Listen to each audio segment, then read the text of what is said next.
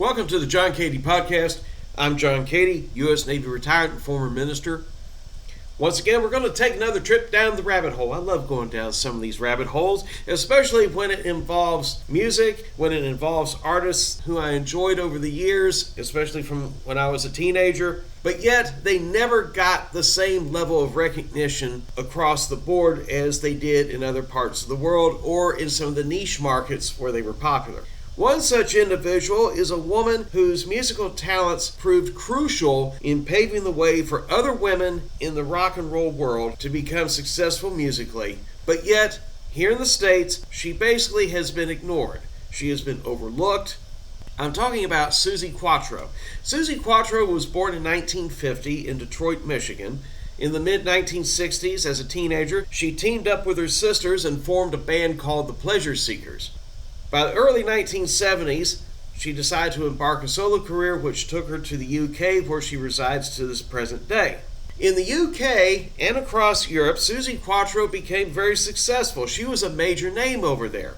Here in the States, on the other hand, her career struggled. With the exception of one ballad she performed with Chris Norman in 1979, Stumbling In, Suzi Quatro never had a top 40 hit as a solo act. The closest she got was in the early part of 1980 when she peaked at number 41 with She's in Love with You. Why is it? Why is it that the woman whose accomplishments and talent paved the way for every woman we know in the music business, including such legends as Lita Ford, Pat Benatar, Joan Jett, and many others, the Go-Go's?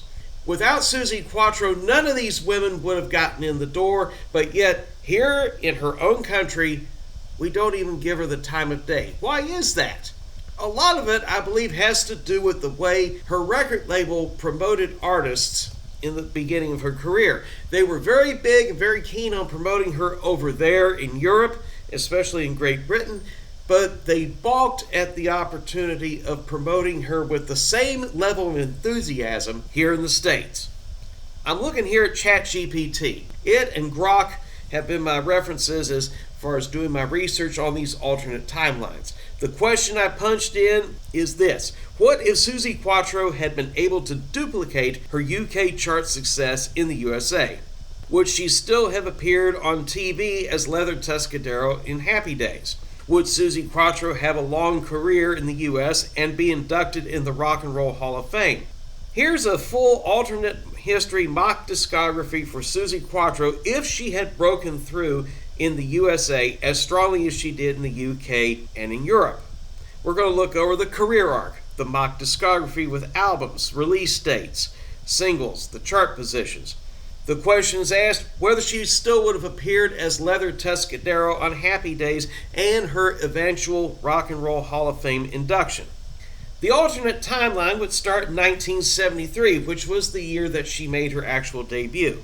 In this timeline, Can the Can, which hit number 1 in the UK in real life, and 48 Crash would both cross the Atlantic and become top 10 hits in the US. She would become the first female glam rocker in America to rival David Bowie and Mark Bolan.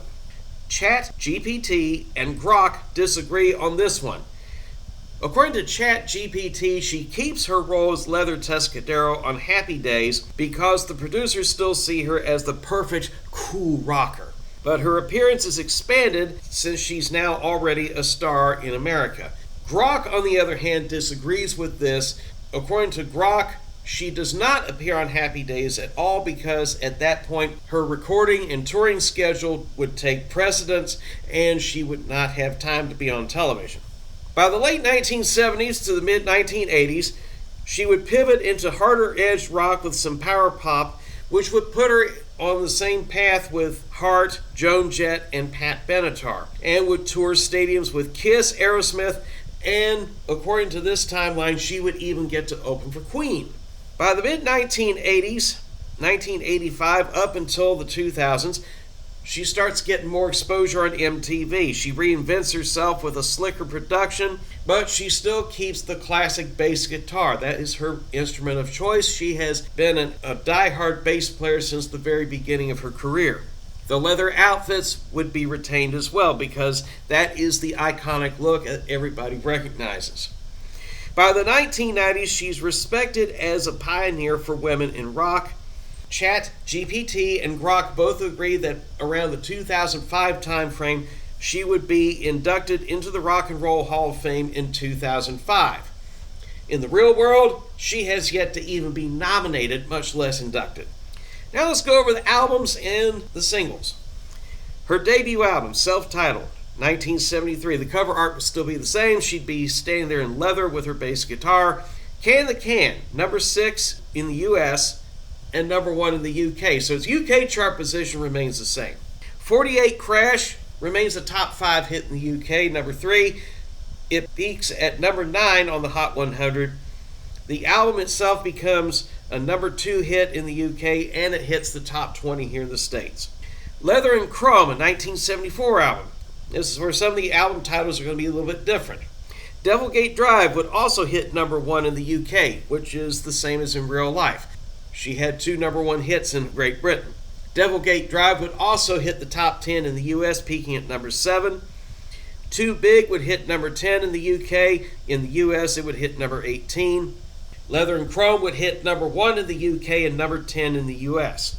Wild One. Now, this is one of my favorite singles, the Wild One. But it never got any traction here in the States. But in this alternate universe, the Wild One would hit number 4 in the UK, and it would peak at number 11 on the Hot 100, giving Suzi Quatro yet another major hit. Your Mama Won't Like Me, another top 20 hit here, peaking at number 13, number 7 in the UK, and the Wild One would also be a top 10 album on both sides of the Atlantic. Rock Hard. This is where things kind of differ here. Rock Hard was actually released in 1980. In this timeline, it appears in 1977. The cover art is totally different as well, with her in center stage, with her raised fist, playing bass guitar. The title track would hit number 8 in the US, number 5 in the UK. Tear Me Apart, which would be another single, peaking at number 14 and number 22, respectively, in the UK and the US, and it would still be another top 10 album. So at this point, Suzi Quatro in this alternate timeline, had she gotten the push that she deserved, she would be getting much more traction. American Chrome, here's another Chrome theme. Instead of Suzi and Other Four-Letter Words, which was the 1979 release, and If You Knew Suzi, which was the late 78 release, you would have American Chrome. She's in Love With You, which only peaked at number 41 here in the States, would actually be a top 10 hit on this timeline, peaking at number 9. It would hit number 6 in the UK. In the UK, it hit number 11 in real time. Break the Rules, another track from that album, would hit number 18. It would be a top 20 hit as an album in the US and a top 10 hit in the UK. Wired for Rock, now this is a different title. Wired for Rock would hit number 16, the title track of the album would hit number 16 on the Hot 100.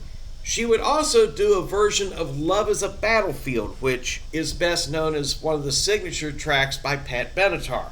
But in this alternate history, Suzi Quatro would beat her to the punch. It would hit number 2 in the UK, number 3 in the US, and Wired for Rock would be a top 5 album on both sides of the Atlantic.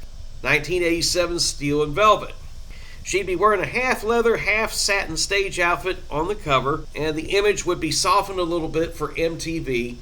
Forever in Leather would be a top 10 hit in the US. In the UK, number 14. Velvet Nights would hit number 18 in the US only. The album would be a top 20 success on both sides. Then in 1992, a greatest hits package would be put together, Bass Queen, the best of Suzi Quatro. It would hit the top 10 in the UK and the US, and it would also be a multi-platinum album in the US thanks to MTV exposure. She would be taking a break from recording until 2003 when she released Still Rockin'. On the cover art, she would be on stage, older but still in leather. She would have one song that would hit the US mainstream rock charts, that would be Don't Ever Stop, peaking at number 20. It would be a top 40 release as an album both in the UK and in the US. Her output overall would be less, but it would be more impactful. And with this trajectory, Suzi Quatro would be seen as a transatlantic superstar with multiple platinum albums, a steady stream of hits, MTV presence, and eventually Rock and Roll Hall of Fame induction, which is what I personally would like to see happen for her. She's even openly stated that she would like to be in the Rock and Roll Hall of Fame.